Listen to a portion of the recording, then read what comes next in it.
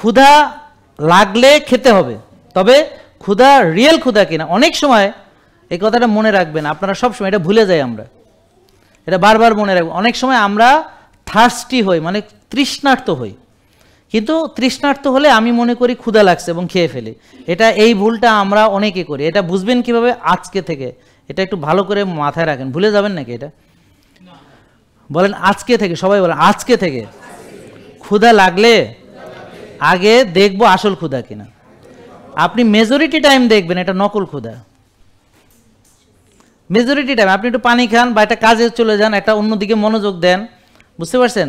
বা অন্য একটা ভালো জিনিস বা একটা আপনার যদি মনে কিছু না পারেন একটা মুভি দেখেন, দেখবেন ক্ষুধা চলে গেছে। মানে আপনার প্রিয় মুভি হইতে হবে, বা মেয়েদের জন্য প্রিয় সিরিয়াল হইতে হবে, তোমার বাচ্চাদের জন্য ভিডিও গেমস হইতে হবে, মানে যেটাতে তার নেশা, মানে মনোযোগ চলে যাইতে হবে।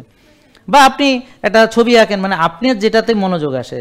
আপনি হয়তো কবিতাও লিখতে পারেন, ঠিক আছে, তিতির একটু নাচতেও পারে নাকি, ও তো ভালো নাচে, হ্যাঁ।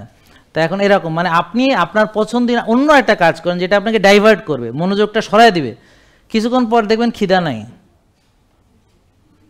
এবং নাই যে আরো 6-7 ঘন্টার জন্য নাই, চলে যে গেছে এমনভাবে, তার মানে ওটা কি ক্ষুধা আসলে রিয়েল ক্ষুধা ছিল না। অনেক সময় স্ট্রেসের কারণে ক্ষুধা লাগে, হ্যাঁ। তো আপনি তখন যদি শুয়ে শুয়ে শ্বাসের ব্যায়াম করেন 10-15 মিনিট, দেখবেন ক্ষুধা চলে গেছে। আর সবসময় ক্ষুধা লাগলেই না খেয়ে আগে একটু পানি খান, বা একটু গ্রিন টি খান, বা একটু লবণ মেশানো পানি খান, কিছু একটা খেয়ে দেখেন আসল ক্ষুধা কিনা। আসল ক্ষুধা যখন হবে কোনো তাই কাজ হবে না, তখন খেতেই হবে।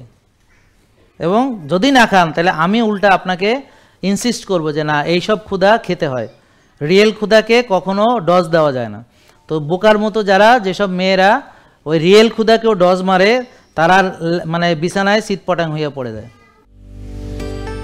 জেকে লাইফস্টাইল, ওষুধ মুক্ত সুস্থ জীবন।